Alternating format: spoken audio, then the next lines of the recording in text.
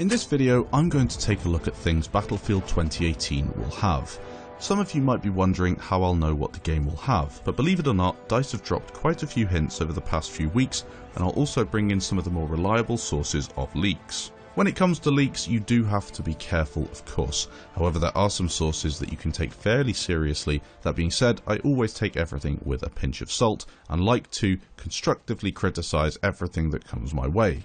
Many YouTubers have focused on some of these points in the past and made a big 10-minute video on one of them, or maybe they focused on it on a Twitter post or something like that, maybe not given it enough thought or investigation. In this video I'm going to go through it all, try and keep it as concise as possible, and then when we get the teaser trailer or any other information, I'll make sure to drop it on the channel. So starting off, you may have all heard that DICE's CEO, Andrew Wilson, was quoted on saying, "Battlefield 2018 will take inspiration from DICE's core DNA."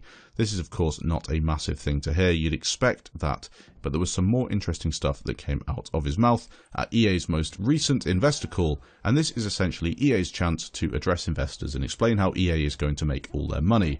You have to understand that as a business, EA needs to make money, and although I'm against some of their practices, loot boxes, etc., when it comes to Battlefield, I'm still going to take an interest in what they say. The full quote from Andrew Wilson is as follows. "With our new Battlefield game, the team at DICE is bringing the intensity of combat to life in new and unexpected ways. Every battle is unique, and every mode brings its own challenges, from the way you interact with the environment around you to compelling single-player stories.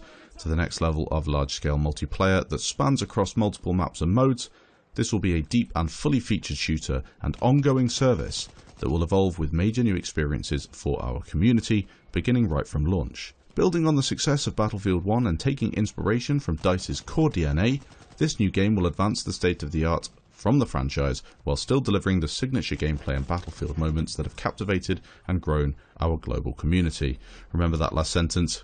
Battlefield moments. I'm quoting that one because I hope the next game's got some more Battlefield moments than BF1 had. There were some in BF1, but BF4 and BF3 did it a lot better in my opinion. Anyway, let's focus on some of the statements.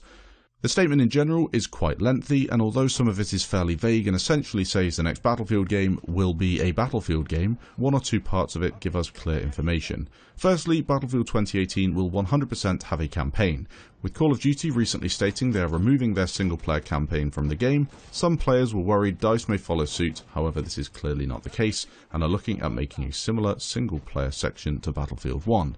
If the next game is World War II, I want to see a part of the campaign played from a Nazi point of view, stretching the understanding of players. Maybe this is something that could be quite controversial, however I really would like personally to see both sides of the story. I think DICE did a fairly good job in Battlefield 1, but I wanted to see them go that extra step in Battlefield World War II, assuming it is going to be a World War II game, and we'll get into that in a little more detail later in the video. Another point made in the statement regards the ongoing service. In my opinion, this means DICE will be dropping the premium aspect of the game and moving over to a live service in a similar way to what we've seen in Fortnite. A live service will really enable players to experience more common updates and avoid a separation of the player base as we've seen with Battlefield 3, Battlefield 4, Hardline, and of course Battlefield 1. This point about a live service was all but confirmed later in the conference as Andrew Wilson once again stated, "Additional innovations in how we're thinking about the future of multiplayer and first-person shooters will also be there, both at launch and over time as part of a live service." As the recent hype and Battlefield 1 Easter eggs have proved, Battlefield will never be the same, and on May 23rd we will see a trailer for Battlefield 2018. That of course will confirm everything that has been discussed and will certainly know the direction, setting and a lot more to boot. Taking a quick look into that date, I can say that the game should be set during the Second World War, or at least be related to World War I in some way, so maybe it could be a post-apocalyptic World War II alternate universe sort of thing, but it's definitely going to be World War II as the main theme. On May 23rd, 1939, Germany had begun planning the invasion of Poland, signalling a significant date at the start of the Second World War, whilst on May 23rd, 1945, the Third Reich officially collapsed, signalling a significant date at the end of the war.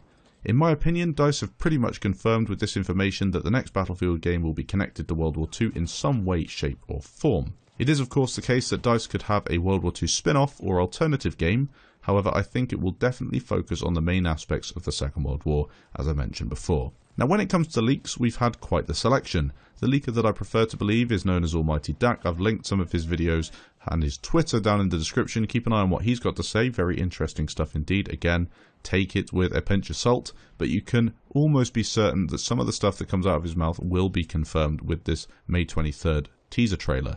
When it comes to Battlefield 2018, he is under the impression that we will receive a World War II game and then Dice LA will bring out a Bad Company 3 game in the future. I'm on board with this decision. I think that 2 games within maybe a year, year and a half, maybe pushing it to 2 years is quite realistic. Now let's take a quick peek at that new White Horse Easter egg. Jose Fonte Baby 06, quite the name, posted on Reddit explaining how the horse is more than likely the one that belonged to Napoleon and was called Marengo. This could have a few meanings, however Jose seems to think that it's purely a reference to the French resistance and makes sense due to the map it was found on and the French ties throughout the Easter egg. You also have to remember that DICE have been releasing the French DLC for free. Fort de Vaux was the map it was found on, yada yada yada, French stuff, linking to the French World War II. It's all going to be related to that in my opinion. So in this video we've essentially taken a look at some of the things DICE have said. We know that DICE are going to bring a single player to Battlefield 2018. We know there is going to be a live service involved, and we know that of course they're going to keep it in line with other Battlefield games, building on the success of BF1. You can expect the same game modes, you can expect a very similar looking and sounding game, which is fine by me. However, I believe they will improve on that, bringing in some of the more refined aspects of Battlefield 3 and Battlefield 4, and even Hardline when it comes to infantry, and then of course apply that to the new setting and bring in new vehicles as well. I look forward to seeing what we have